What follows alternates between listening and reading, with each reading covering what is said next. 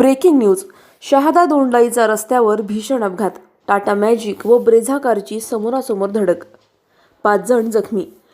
शहादा दोंडाईचा रस्त्यावर वन विभाग कार्यालयासमोर आज दुपारी 3 वाजता टाटा मॅजिक 4 व्हीलर आणि ब्रेझा कारची समोरासमोर भीषण धडक होऊन एकूण 5 जण जखमी झाले.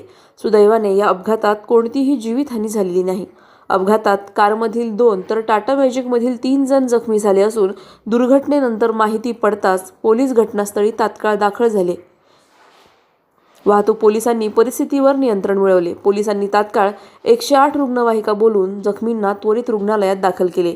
अपघातातील दोन्ही वाहने शहादा पोलीस स्टेशनमध्ये जमा करण्यात आली असून पुढील तपास शहादा पोलिसांकडून सुरू आहे.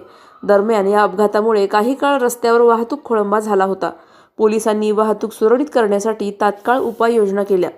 सलाउद्दीन लोहार, नंदुरबार, न्यूज 24. अशाच घडामोडींचा आढावा घेण्यासाठी आजच आपल्या YouTube चॅनलला सबस्क्राईब करा.